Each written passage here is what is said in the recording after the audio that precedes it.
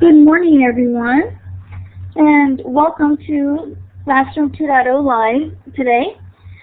And good morning, good afternoon, good evening, hopefully not good night. And if it's good night, wherever you're located, hopefully you'll stay out with us for another hour as we talk today about telling stories with digital threads.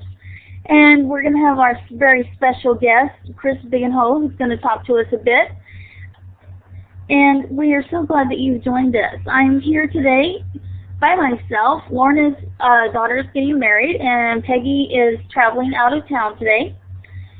So I hope that you'll help me out in the audience today with questions and so forth. And each week we gather at the same time to discuss technology tools and issues. And our broadcast consists of a 1-hour session that is recorded. The link to the full audio and video recording and chat log are posted to our Classroom 2.0 Live site at live.classroom20.com. And the topics posted there each week on the Classroom 2.0 Live site so that you can be prepared with links, ideas, and suggestions to bring, as well as the newbie question of the week is pre-announced so that you can bring some ideas and possible solutions to help those that are new to the topic.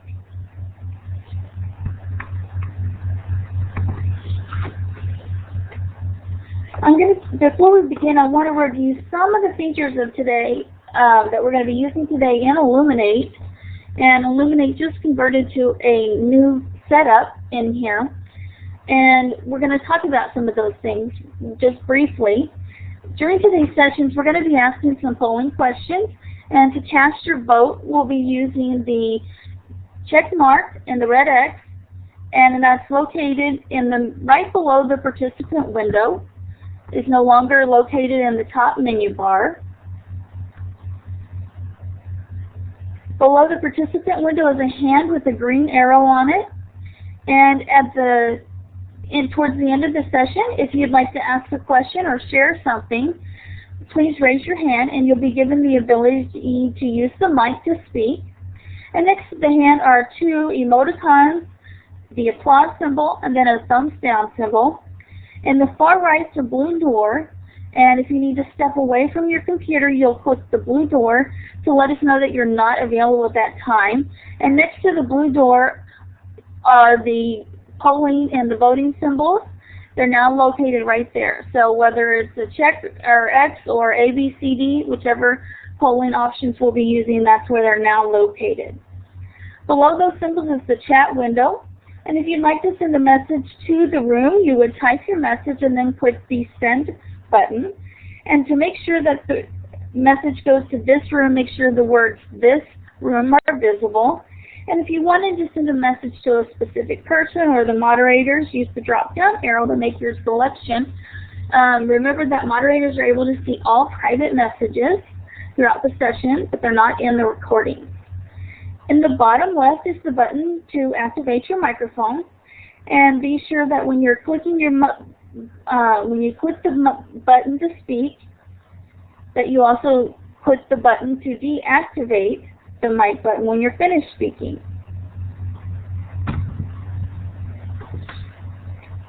If you can't see the chat, the whiteboard, or you'd like to resize the different windows, you can change the session layout. You would click on View in the top menu. Sometimes the layout is locked, so you may need to unlock it. And then you can select the desired layout that's shown. You can resize the windows to fit your screen. And then once you have the size and the windows the way you'd like them, you can lock them back. We do offer closed captioning features for hearing impaired participants. Thank you so much, Tammy. Tammy does our closed captioning features each week, and she is phenomenal. And we are so grateful and appreciative that she is on our team and a part of this and does this for us each week. So if you have friends or colleagues that are hearing impaired, they can join the session live, or they can view the session and see the closed captioning chat and be able to participate that way with us. And we're just so grateful that she does that for us.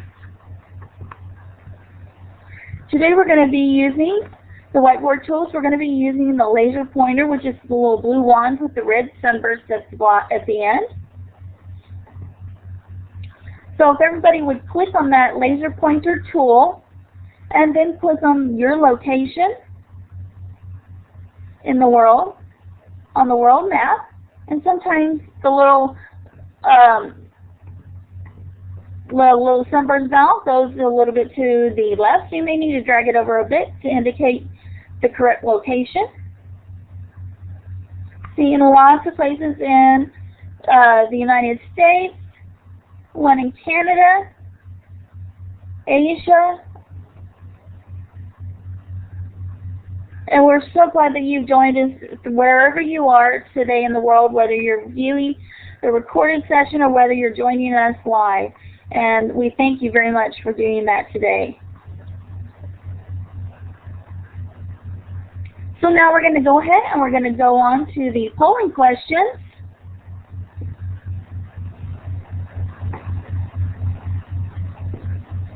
Oops, I went too far.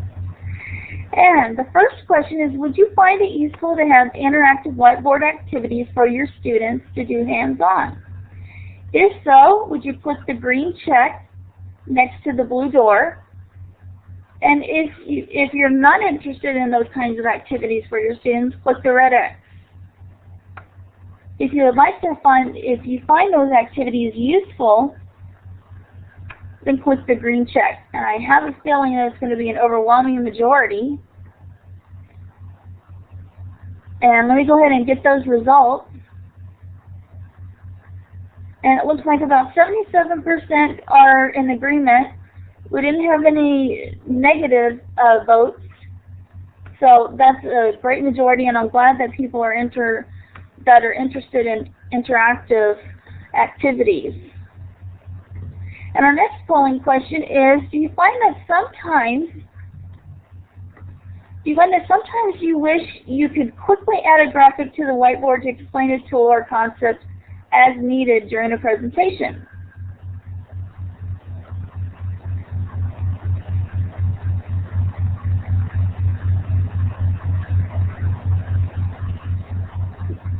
Okay, click the green check.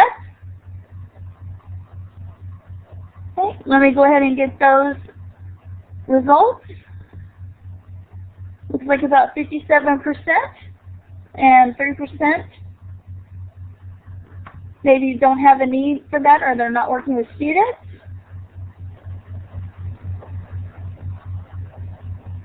And let's go to the last one. Do you wish you could make your presentations more dynamic by having on-screen props that you can move and manipulate to explain concepts? So if you could go ahead and ring in for that one.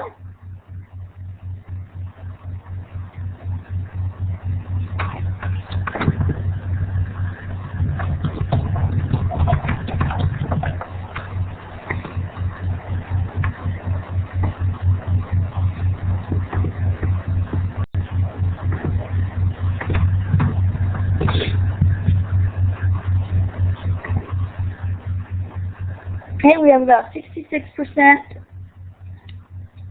that have voted positively for that.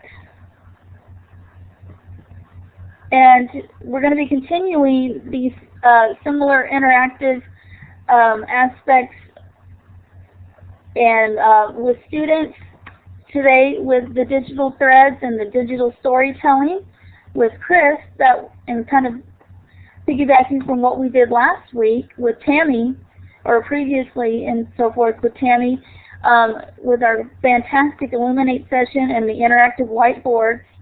We're going to kind of continue that same line of thinking today, and we're going to be talking about how can you use the digital threads in your classroom, and it can also be used with whiteboards or just a regular projector in your classroom. And so I'm going to go ahead and pass it to Chris. And Chris, we're so glad that you joined us today. And if you could tell us a little bit about yourself and your background, and then go ahead and get started right into your slides and your presentation. We're very excited that you have joined us today, so thank you so much. Well, thank you. Yes, I am the Director of Educational Technology at Green Hill School in Dallas. And let me turn the volume up just a little bit. And I also am a doctoral student at the University of North Texas. And so this is an area that I've been playing around with, digital stories. I know that we're doing a lot of digital storytelling at our school. And the teachers are using various tools of voice threads and using Audacity and other tools to try and create these stories, but they tend to be limited to a single tool. And what I found is, as I was playing around with, it was actually a program called XMind, which is a mind mapping tool. I discovered that it could actually end up being a kind of a neat storytelling tool. It just so happened that that coincided with, I guess you could say, about a two-week obsession with following the what happened in Iran with the elections and what happened after the election. And so what I'm going to share with you is kind of a story that unfolded before me, and let me just go ahead and launch right into that here. And I've titled this Telling Stories Through Digital Threads. And the idea here is that these are stories that are being told by other people. These are stories that are being told by participants and observers of an event. And so that's kind of where this came from. And I use Twitter quite a bit. And so as I was using Twitter, I used TweetDeck to track. And I started off by tracking a single, what we call hashtag. And the hashtag, in this case, I was just tracking Iran. And I discovered that there were other hashtags that were appearing as well. So that's kind of the gist of how I stumbled upon this. And the further I went with following these threads, these tweets, if you will, the more engaged I became. And at some point, I began to capture the images. And so let me just go ahead and get you started here. As you know, there was an election in Iran approximately about a month ago. And as the results were announced, apparently these results were different than what was expected, at least what some people had expected. And so as these results came out, the people in Iran began to protest. And in the beginning, these protests were peaceful. And that was very evident in the news coverage that was coming out that we could find on CNN or your news station of choice. And as these news stories were coming out and showing these peaceful protests, there was a point in time when something changed, and the media was then removed from the picture. In other words, Iran basically shut down the media coverage, and the stories got a little different at that point. What happened at that point is that the stories still came out of Iran, but they were coming out obviously through other avenues. And this is where Twitter came in and many other forms of social software. Blogs and Facebook, MySpace, YouTube, picture sharing sites, Flickr. And so all this information was coming out. The story was continuing to be told, and at some point, the protests, violence had erupted, and there was violence in the streets of in various cities in Iran.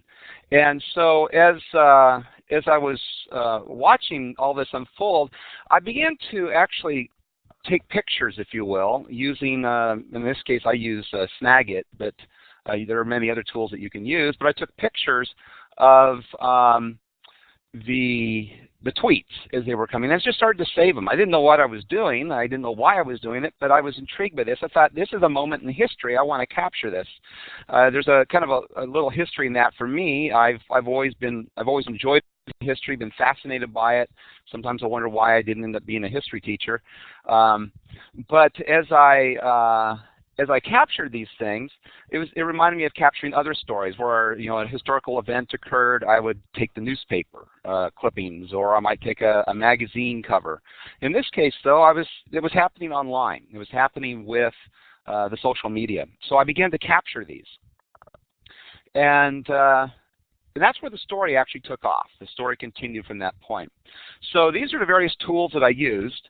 In this case, most of the social software that's out there, plus a couple of things that are a little different. There's some trending tools that I found kind of fascinating that we'll also use to help tell the story.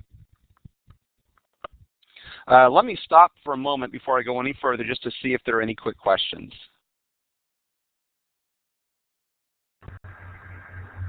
Does anybody have a question that they'd like to ask now? If so, you can put your question in the chat, or we can give you the mic real quick. If not, we can continue on with the presentation and ask the questions at the end.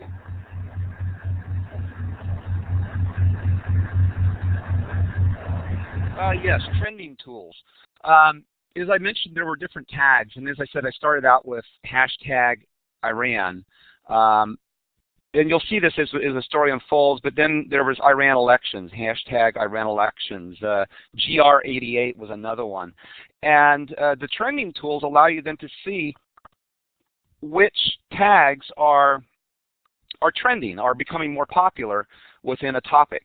It could be within Twitter, entirely within Twitter. In other words, what tag is most popular in Twitter right now?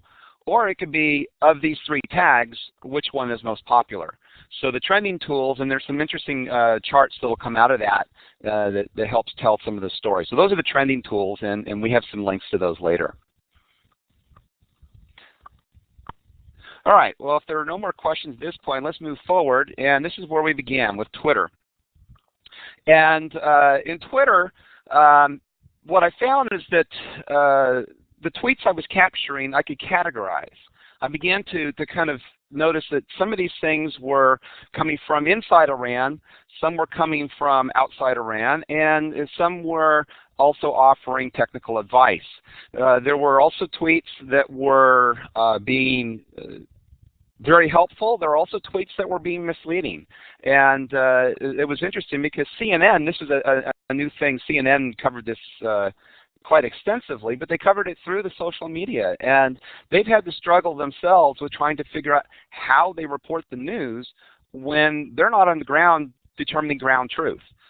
So how do they report that through the social media?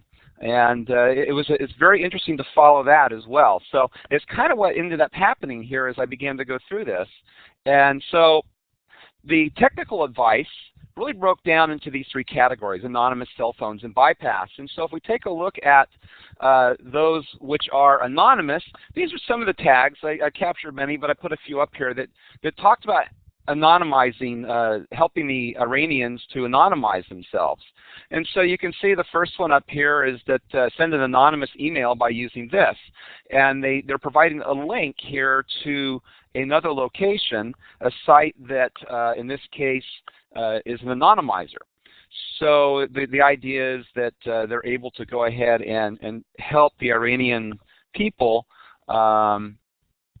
hide themselves, if you will, from people who are watching.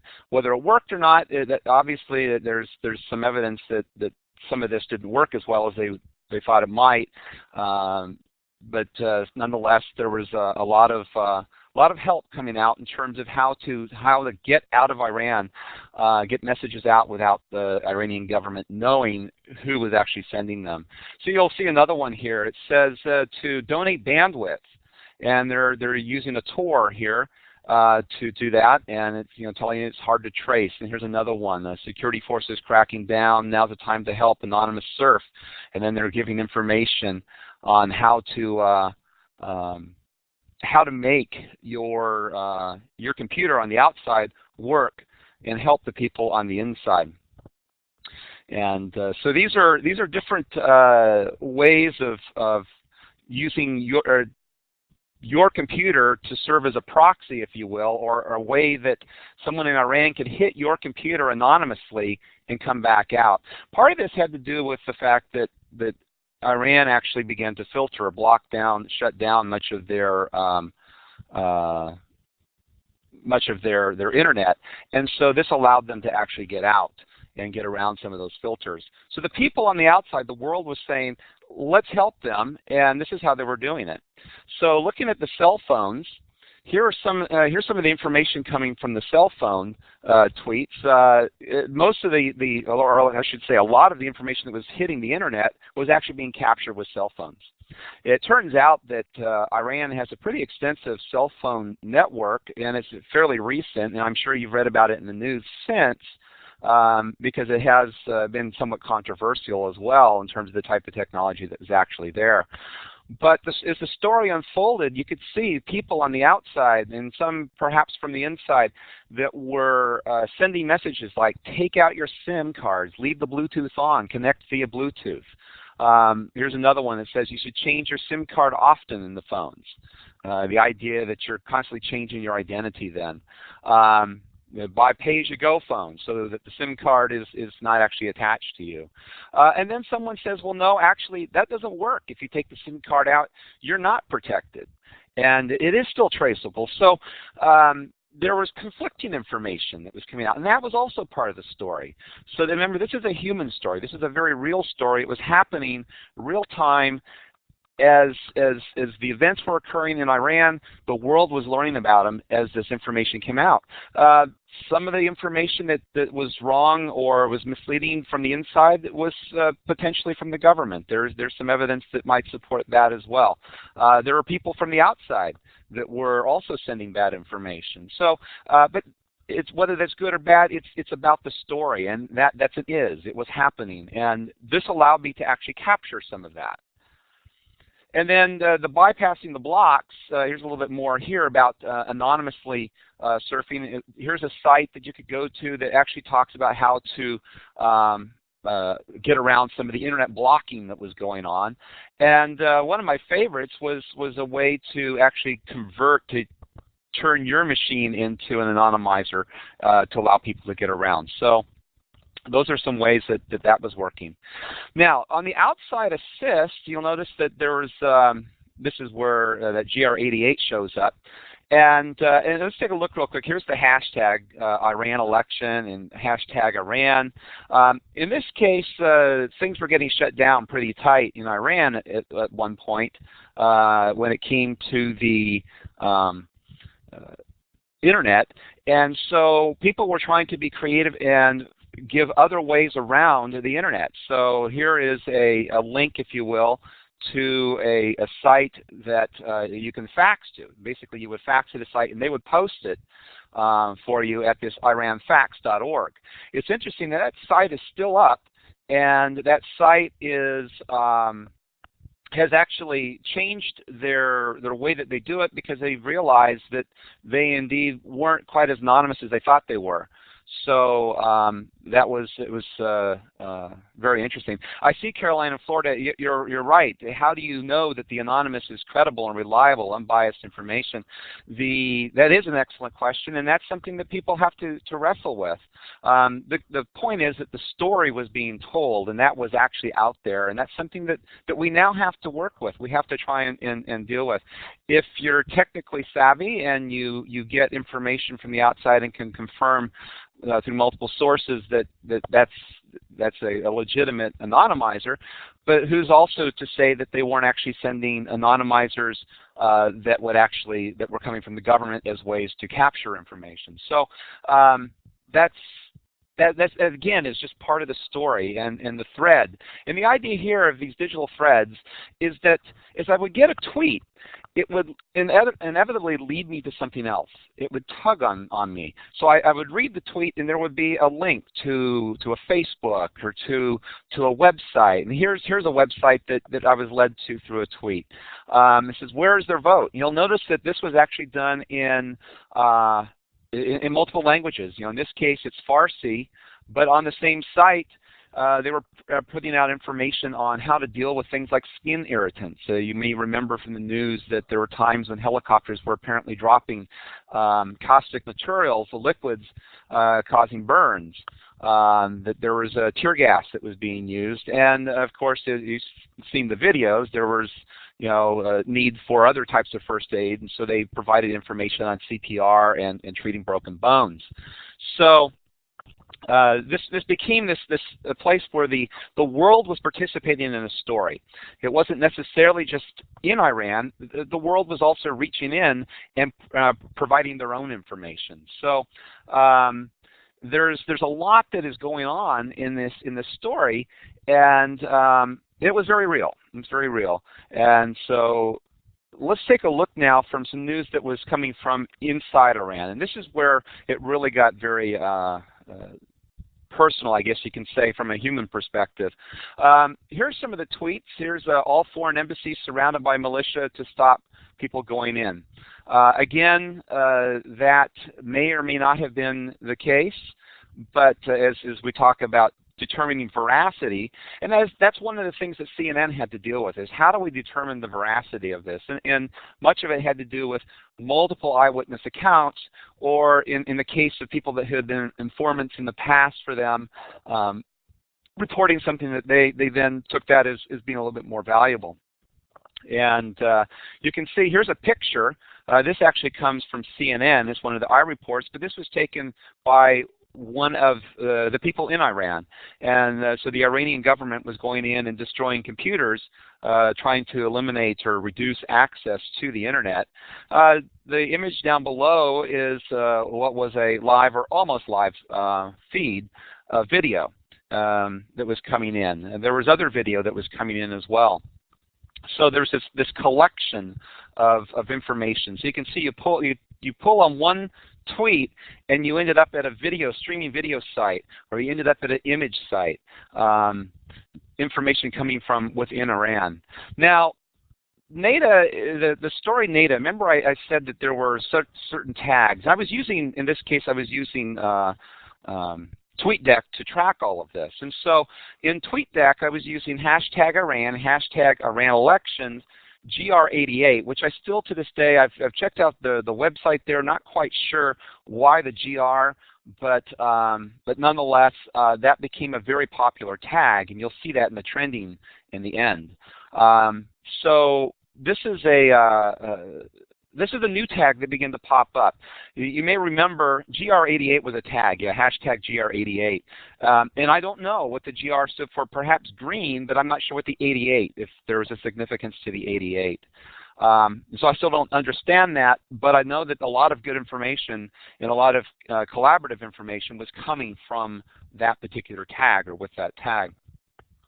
So the Nato story actually turned changed things up quite a bit. That was a touchstone moment, if you will, within the protests. And if you're not familiar with Nato, let me just introduce you to her.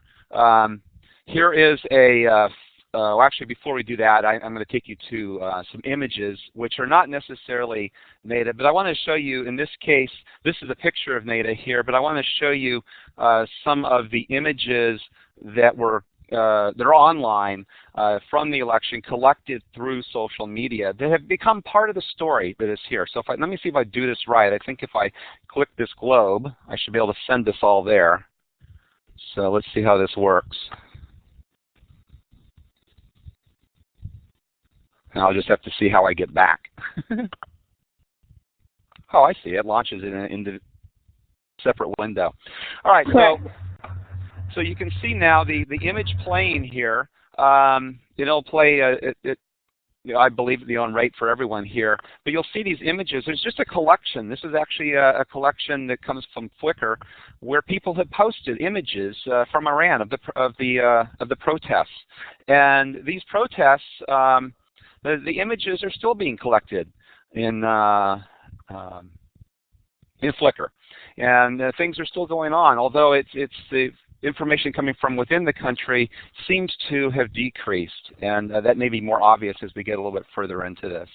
So those are the images that are showing. I'm going to go ahead and move forward with this and introduce you to Nato, because Nato was that touchstone. In fact, such a touchstone that there was a hashtag Nato that actually became rolled in, and this was a way to follow a particular aspect of the story.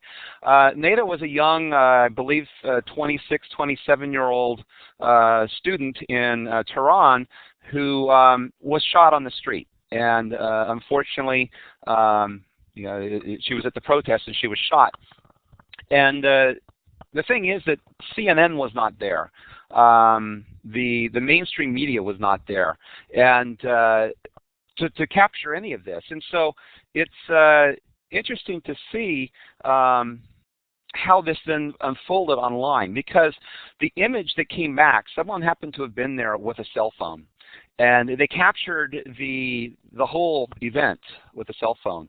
And for those of you who may have seen it, it is very disturbing. So I won't actually play the video for you, although the video is in part of the collection that you'll see. But I won't actually play that. I'll leave that up to you. It's very disturbing. You actually see the young lady die. In fact, when I first watched this, I was very disturbed. And I thought, my gosh, if CNN were on the street, what would they do? How would they cover it?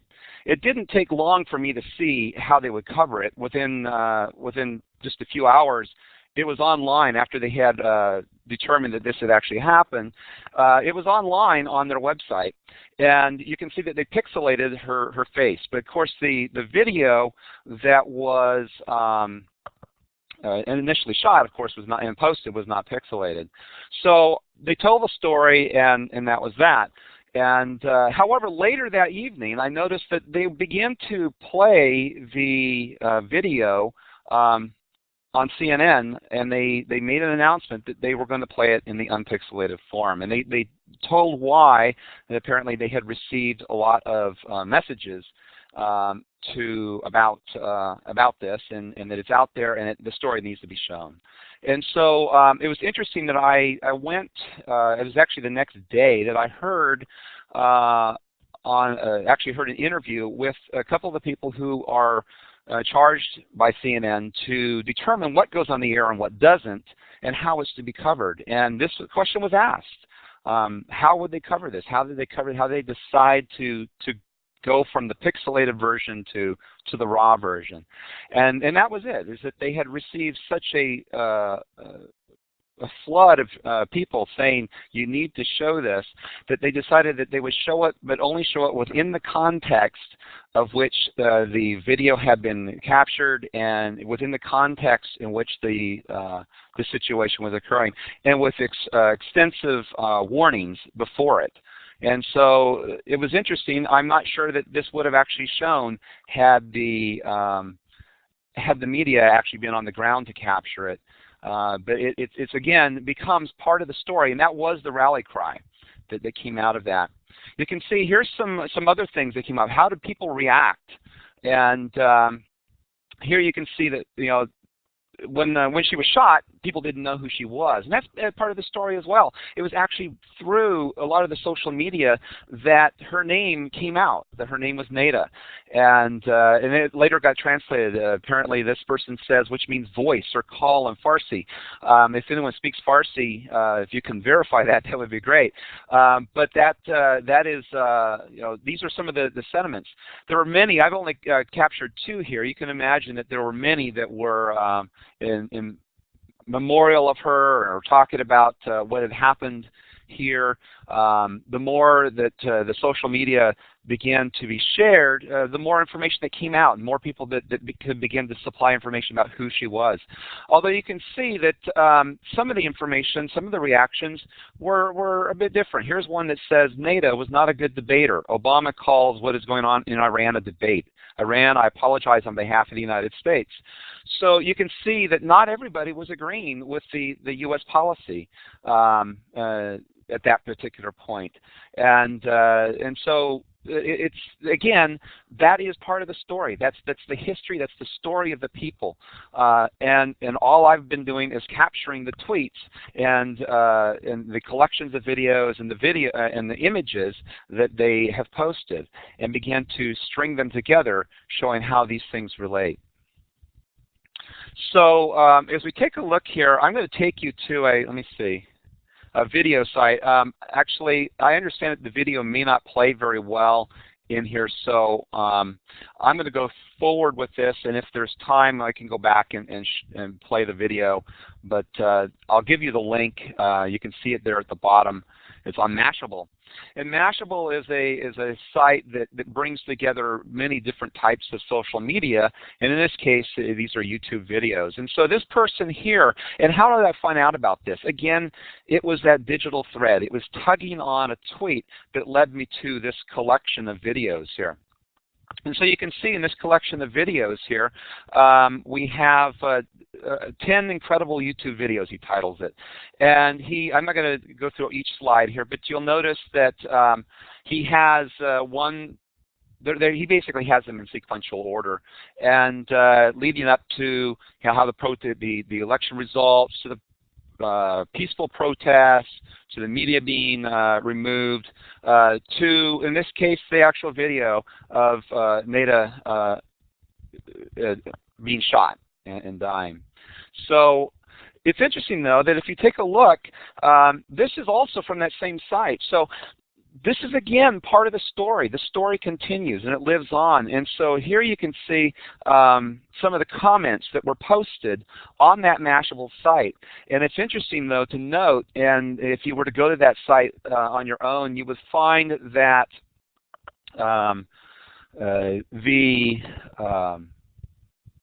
the comments that are made on the front end of this comment section and those that are made most recently, the tone has changed somewhat.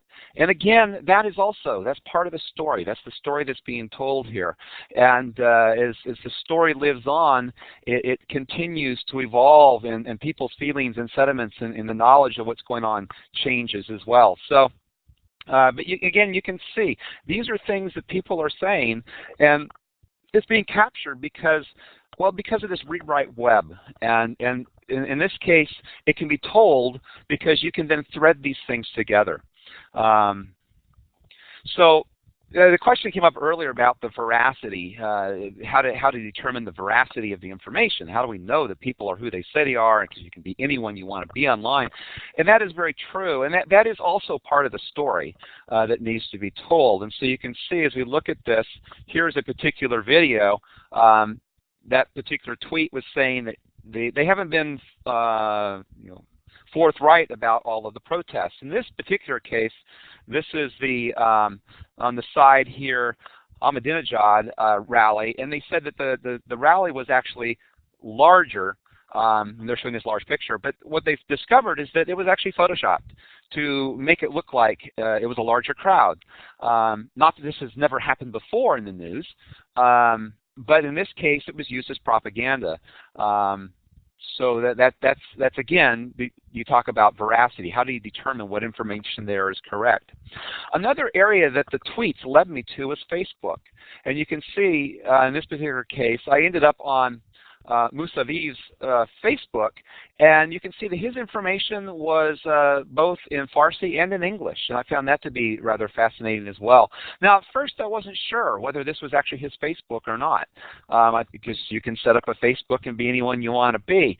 But what I discovered is I continued to go back and look and watch what was happening. I could find information elsewhere on the internet that began to also verify that this was indeed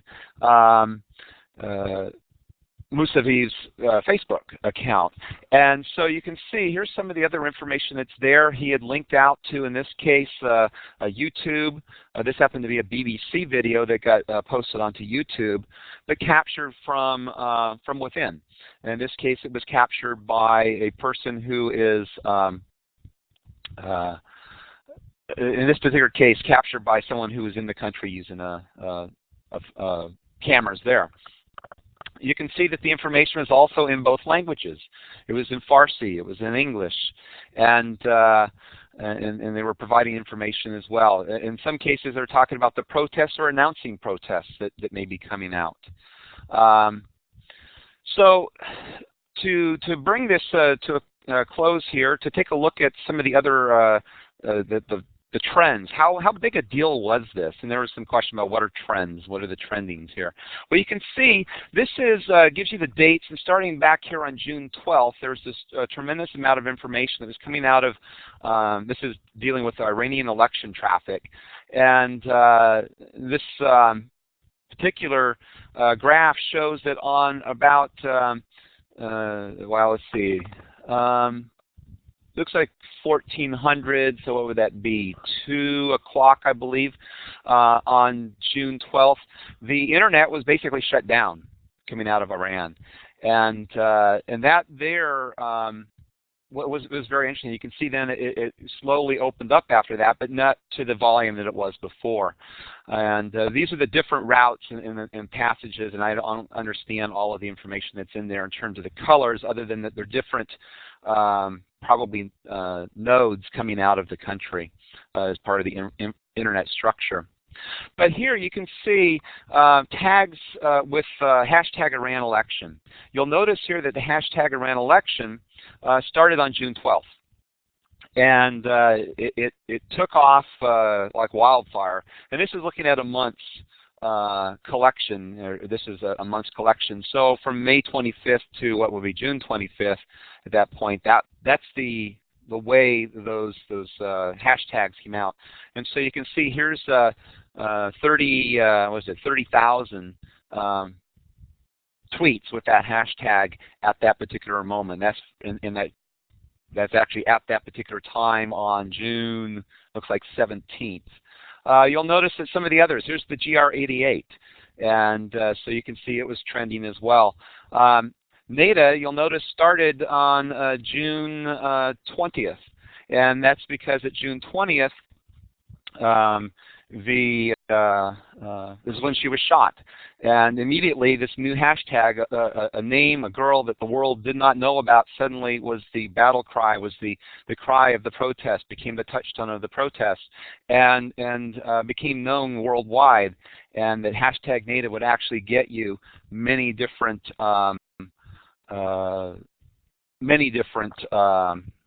sites and resources. Here's a couple other ways to look at it. You can see here that we have tweets per hour. So Iran election, these are using different trending tools, of which I supplied links to these here at the end. Iran election, these are trending tools, tweets per hour. You can see here it is with just Iran. Here we have it stacked. You can see all these, in this case, Iran election, Iran, and Nato. And you can see when they jumped in, and it's interesting to note that the peak that occurs on between Saturday and Sunday, between June 20th and June 21st, the huge peak there in the Iran tweets using hashtag Iran coincides also with the hashtag Nato joining the scene. So it's very interesting to see that is why it jumped so much. Perhaps more people began to use the Twitter at that particular time. So other ways that you can visualize these, and I'm going to go ahead and play a couple of these videos because these also help tell the story. So let me go ahead and see if I can launch a couple of these for you. And the first one I want to do is this visualization here. These are a couple of visualization tools, and I use these to, I used Camtasia actually to capture this, but you could use Jing as well to capture these images, or in this case, this video. So here you go. Here's a little video that shows, again, illustrates or plays. Let's see if it plays here. Ah, here it comes. Playing.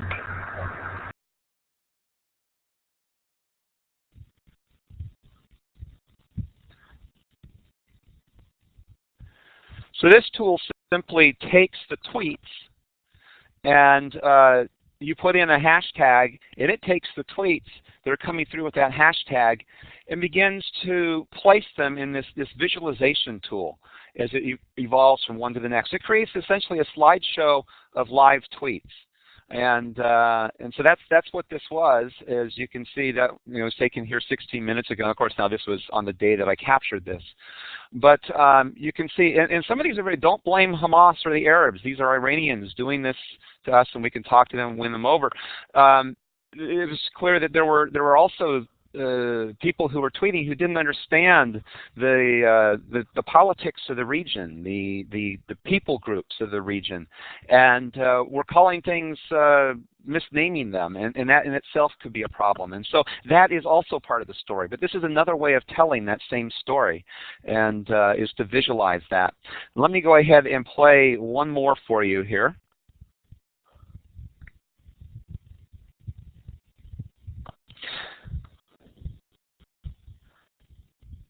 This is, I believe, called top tweets, if I remember correctly, top trends, top content.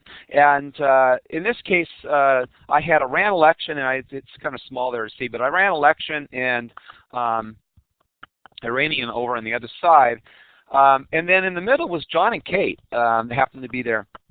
And I felt pretty good to see that John and Kate, their story wasn't changing much. There was so much twittering going on the Twitter sphere, if you will, with the hashtag Iran, hashtag Iran elections, hashtag GR88, hashtag Nato, but very little what was happening on John and Kate, which was big news here in the States, but apparently on a global scale, people really were touched by what was going on in Iran and the Iranian people. So you can see, again, these are other ways that you can tell those stories, to visualize those tweets.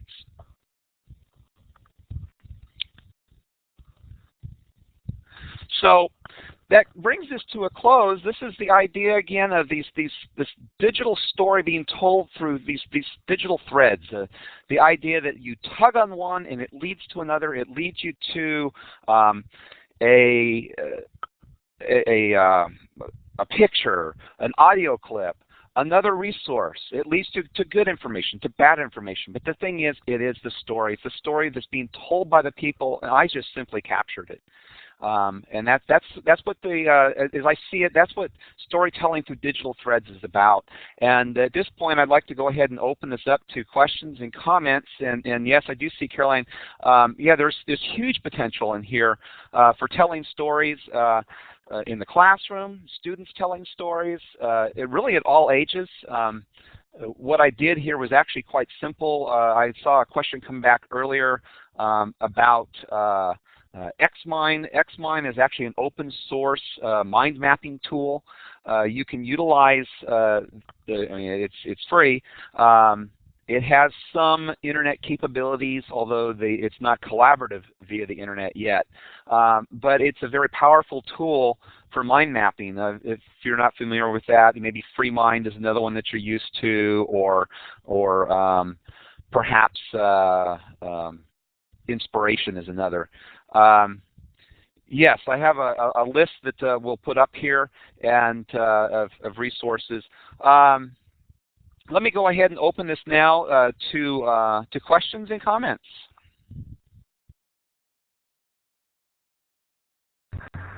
If you have a question or comment that you'd like to ask, you can type your question in the chat at this time. Or if you'd like to ask a question using your microphone, just raise your hand by clicking on the hand with the green arrow, and then I can give you the permissions to use your microphone, and you can ask your question verbally to Chris.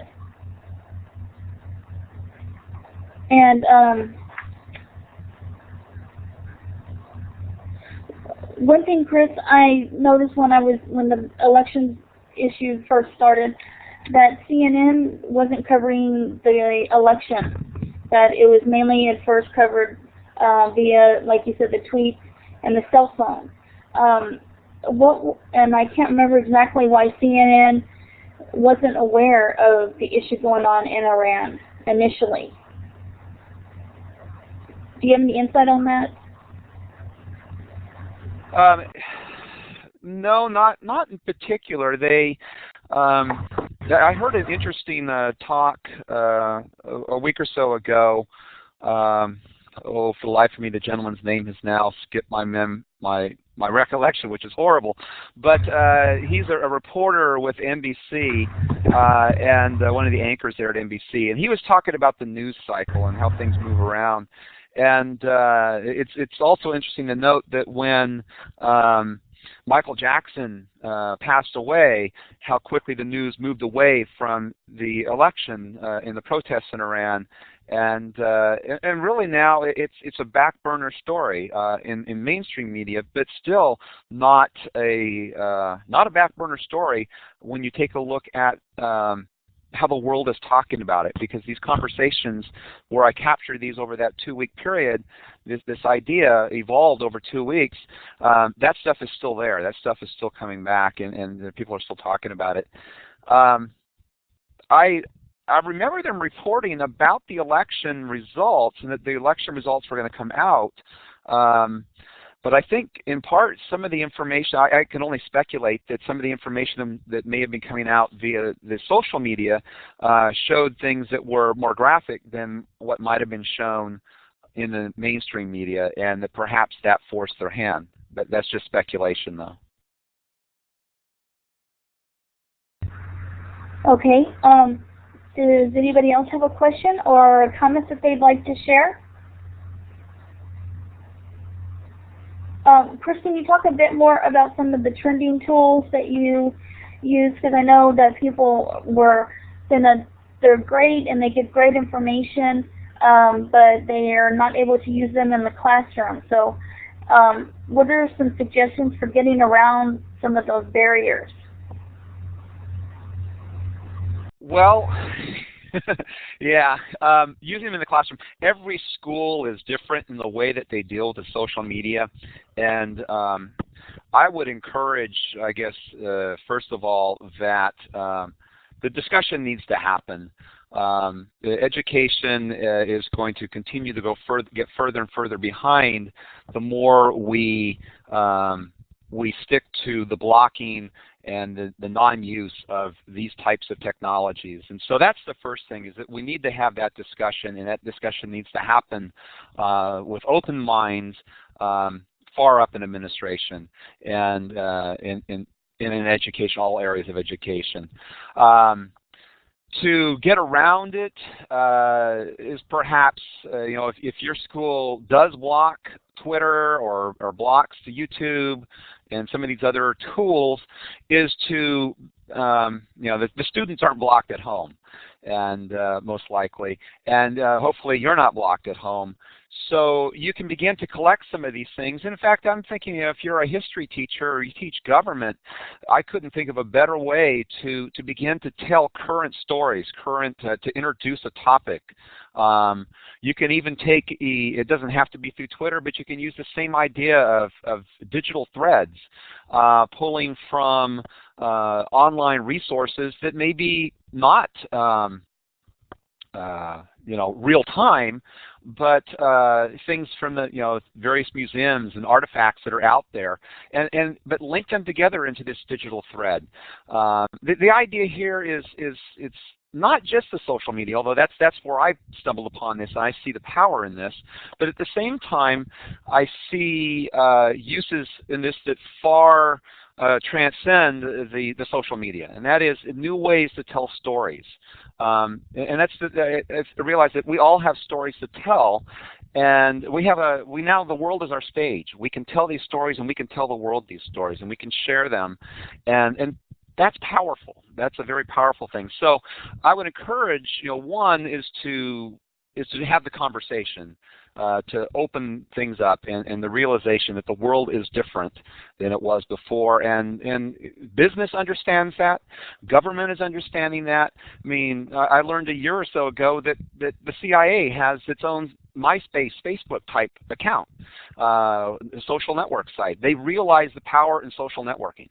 Not that we can participate in the CIA's social network, but they realize among themselves the power of social networking, and so they have developed a tool to actually allow them to do that. Why aren't schools also doing the same thing and opening this up and having this conversation on a global stage?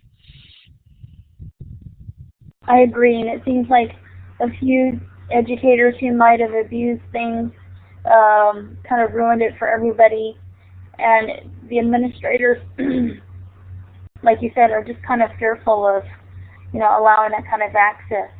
And of course, these kinds of digital thread projects don't have to be limited to using Twitter or Facebook.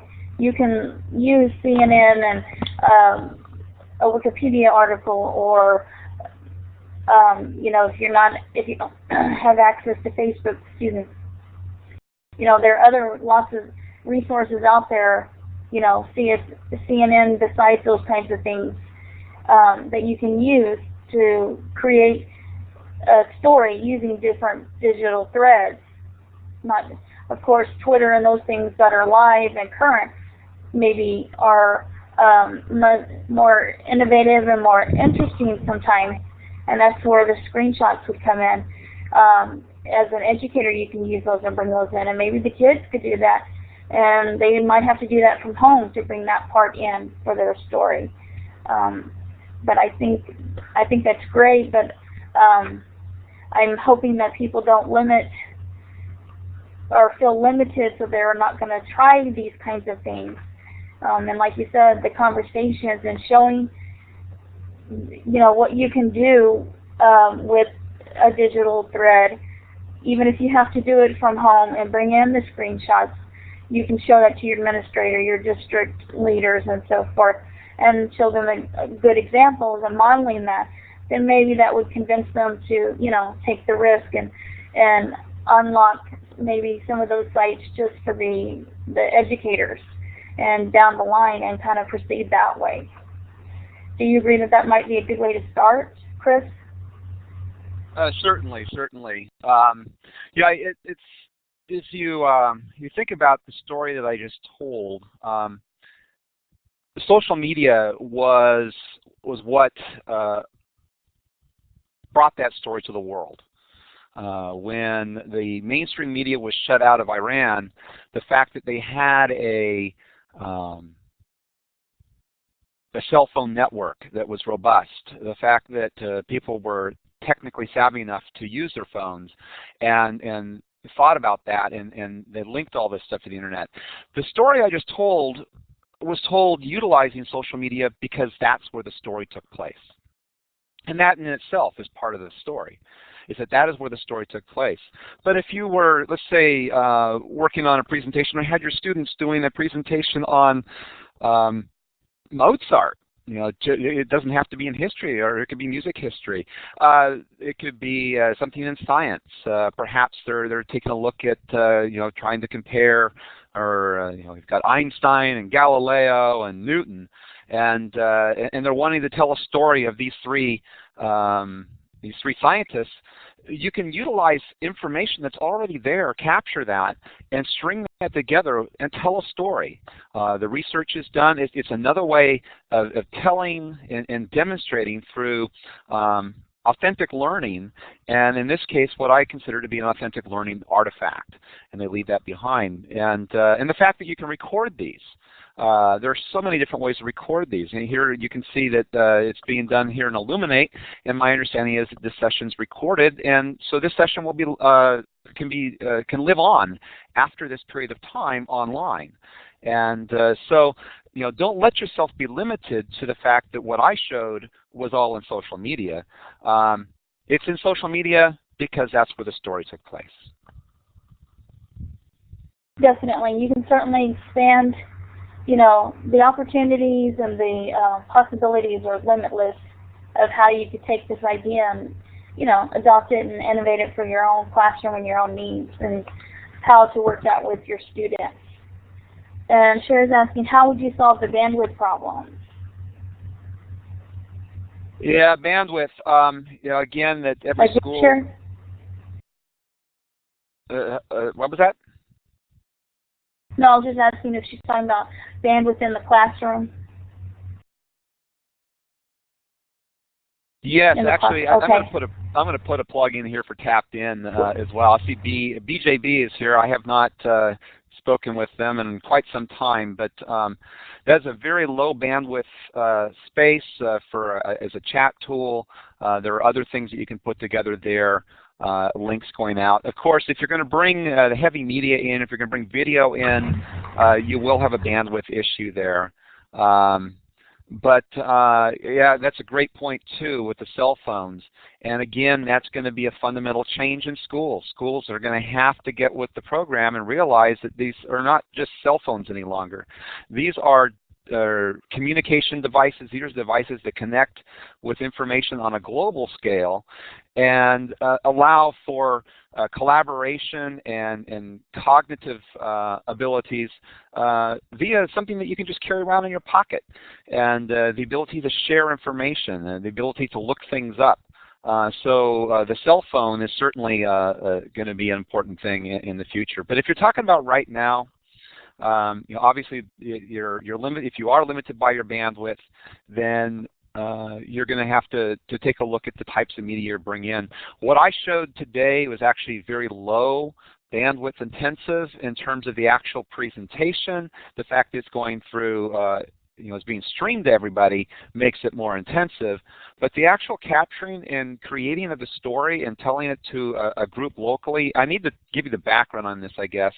This story was, as I said, I collected this over about a 2-week period of time as things were going on, and I didn't realize what I had until I was about a week into it.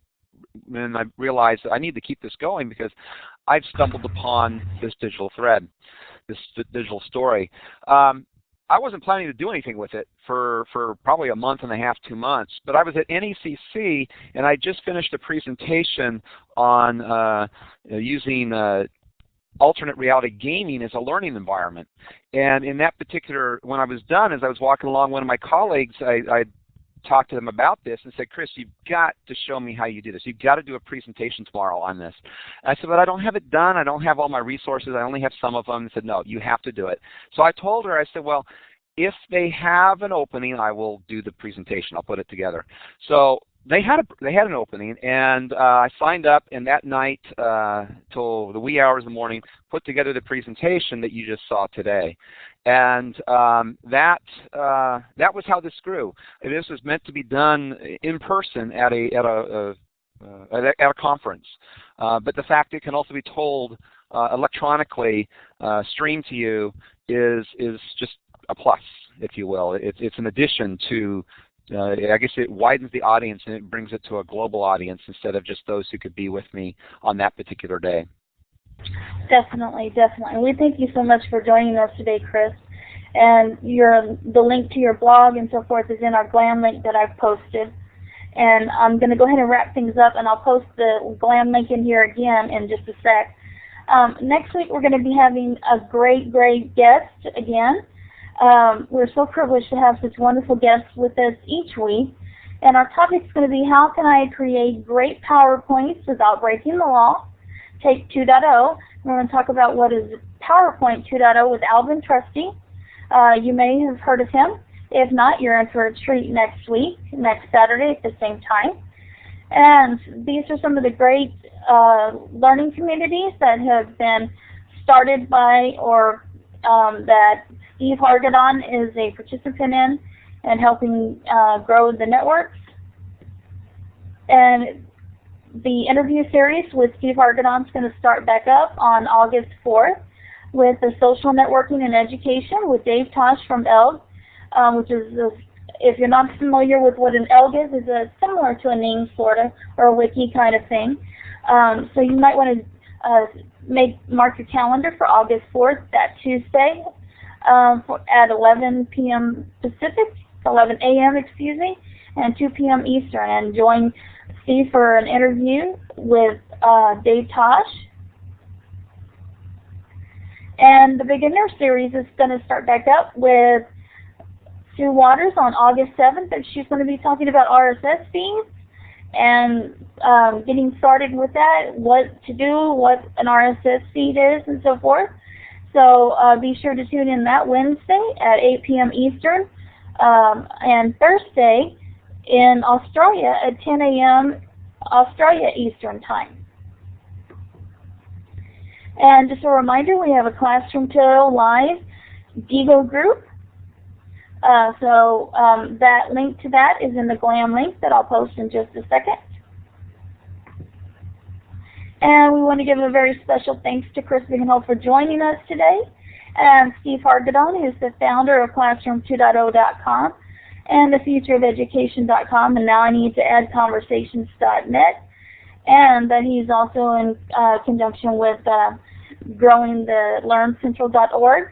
There's just only so much I can fit on a slide. And we're very grateful that you've joined us today. And Chris, thank you so much. This is the link to our survey, and we hope that you'll take a bit of time. You can click on that survey link. You can also click on the link directly from the slide here.